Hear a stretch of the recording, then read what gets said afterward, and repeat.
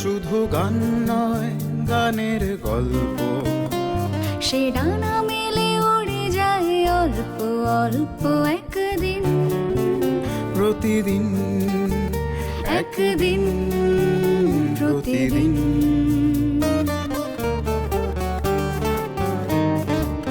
কেন সে গান গায় সে কথা অজানা, সে সর সন্ধির সন্ধিতে নিশানা।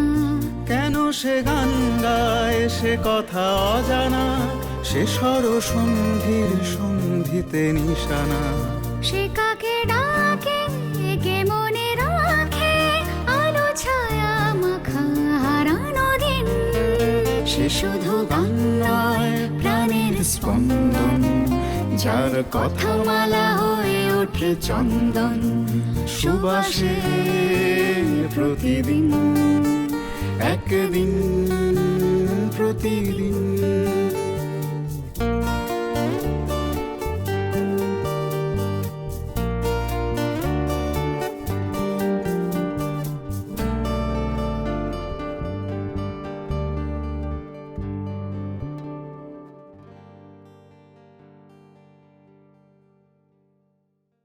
আচ্ছা ধরো অনুপ্রাণিত হওয়া গান যদি বলি বা হয়ে ওঠা গান, একেবারে আধুনিক গানের কথা বলছি আমরা, মৌলিক আধুনিক গান।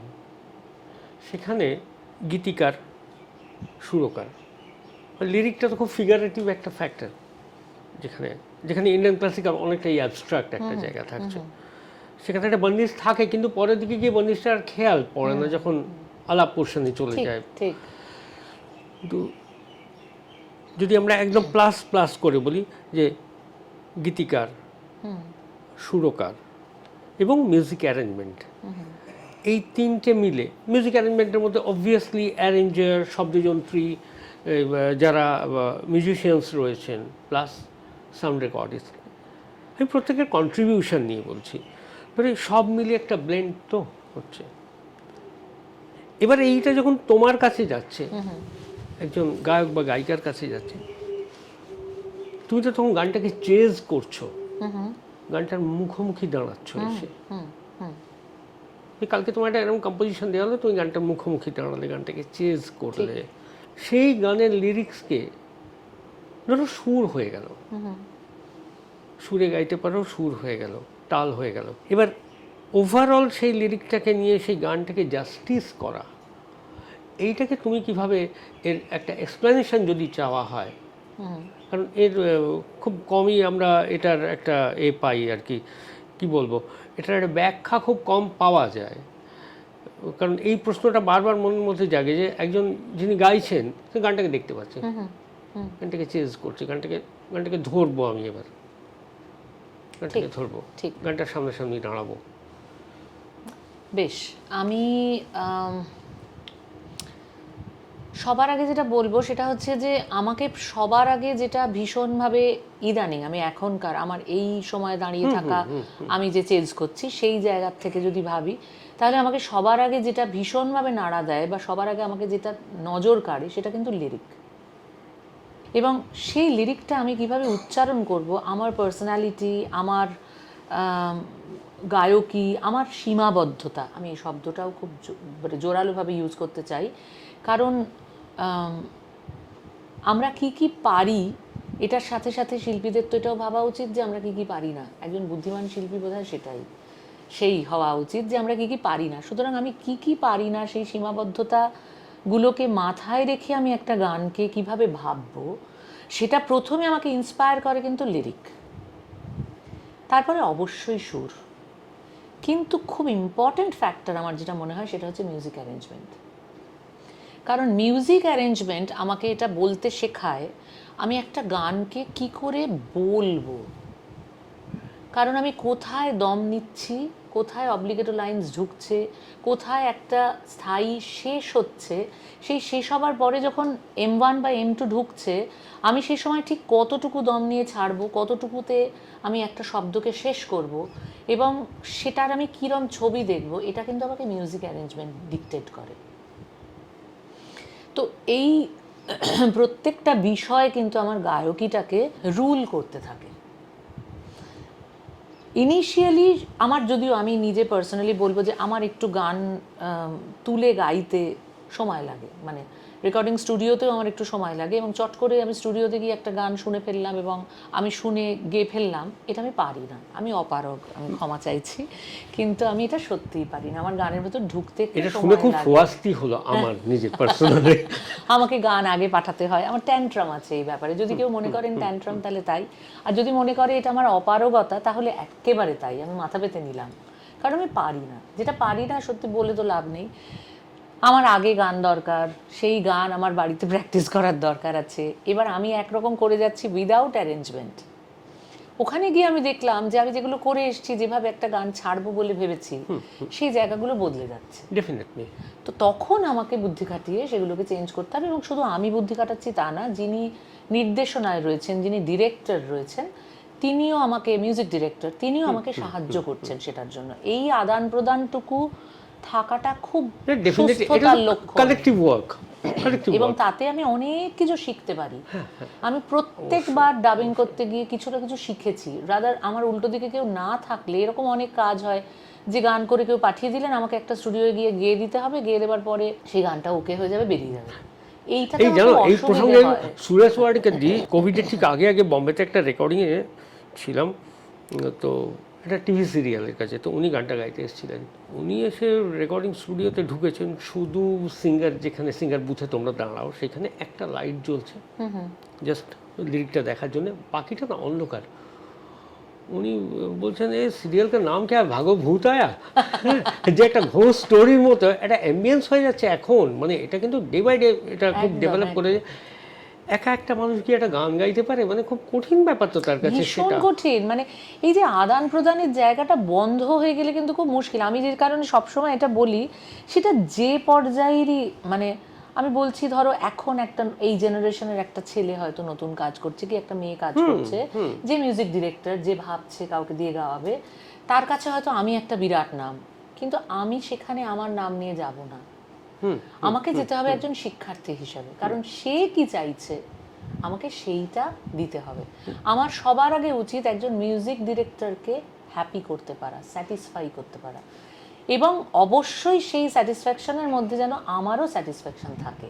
ডেফিনেটলি, ওই নইলে ওই স্পার্কটা তো হবে না, ওই ক্লিক শব্দটা পাবো না। এটার পরেও কি হয় সব সময় বলো, তারপরেও একটা এক্স ফ্যাক্টর থাকে।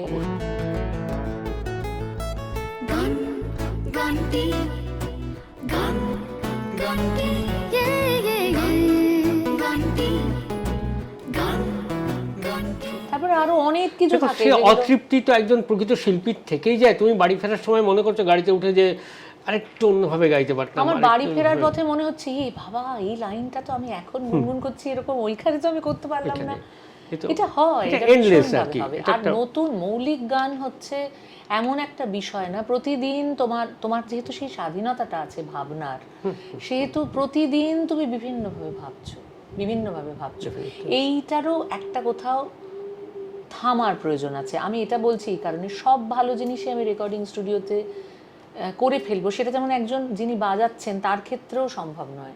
তাকেও কোথাও একটা পরিমিতি বোধের জায়গা রেখে থামতে হবে।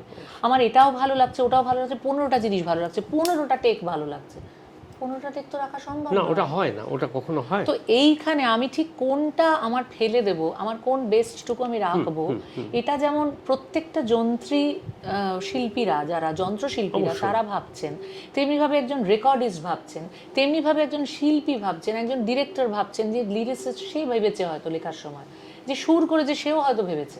তো এই প্রত্যেকটা মিলিয়ে কিন্তু আলটিমেটলি একটা টিম ওয়ার্ক। সব পরিশ্রমের পরেও কিন্তু কোথাও একটা গান গিয়ে ক্লিক করে না, এটাও করে না, এটা হয়। কিন্তু আমি কাজে বিশ্বাসী, আমি মনে করি যে কাজটার থেকে প্রতি মুহূর্তে আমাদের কিছু শেখার আছে অবশ্যই। তো সেই কাজটুকু পর্যন্ত যদি আমরা সেই মুহূর্তের জন্য মনে হয় তৃপ্তি পাচ্ছি, তো ওটাই এন্ড। তো এটা খুব ভালো লাগলো যেটা, যে এই যে টেকনিক্যাল সাইডটা নিয়ে আমাদের আলোচনা খুব কম হয় আর কি।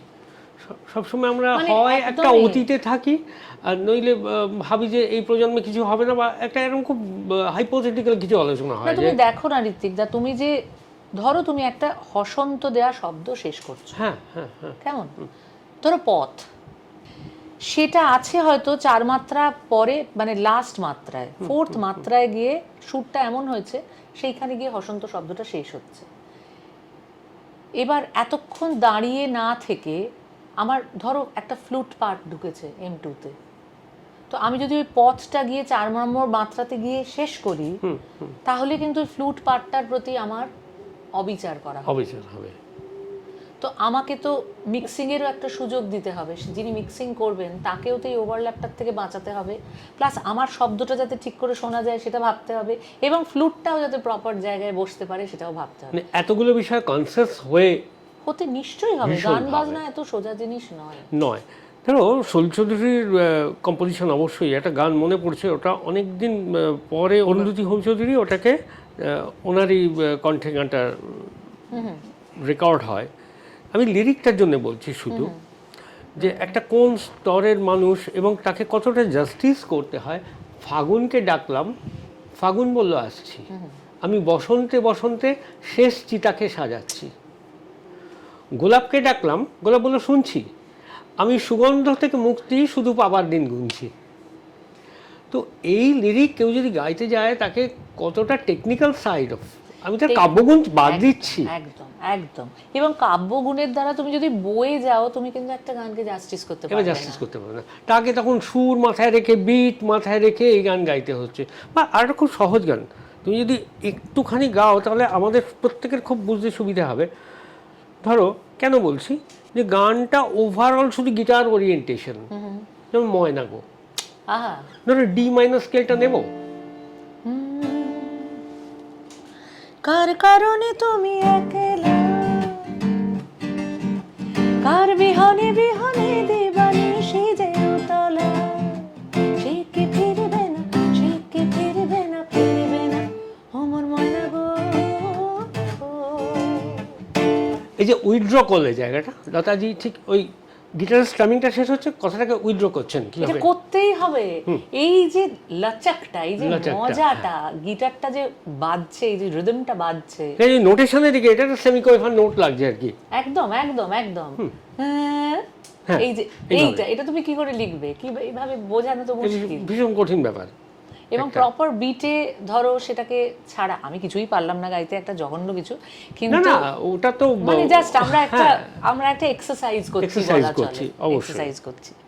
আমি একদমই নিজেকে বুদ্ধিমতী প্রমাণ করার জন্য এই কথাটা বলছি তা নয়, আমি সমস্ত মিউজিক ফ্রেটার্নিটির প্রত্যেককে সম্মান জানিয়ে এই কথাটা বলতে চাই যে মিউজিক নিয়ে যারা আছেন, মিউজিক চর্চা যারা করছেন, সঙ্গীত চর্চা যারা করছেন, এই জগতে বুদ্ধিমান না হলে এই জগতে আসা উচিত না। সবাই ভাবেন যে যাদের কিছু হয় না তারা বোধহয় গান বাজনার জগতে আসে। এইটা ভীষণ কষ্টের। কষ্ট আগে হতো, এখন খুব হাসি পায়।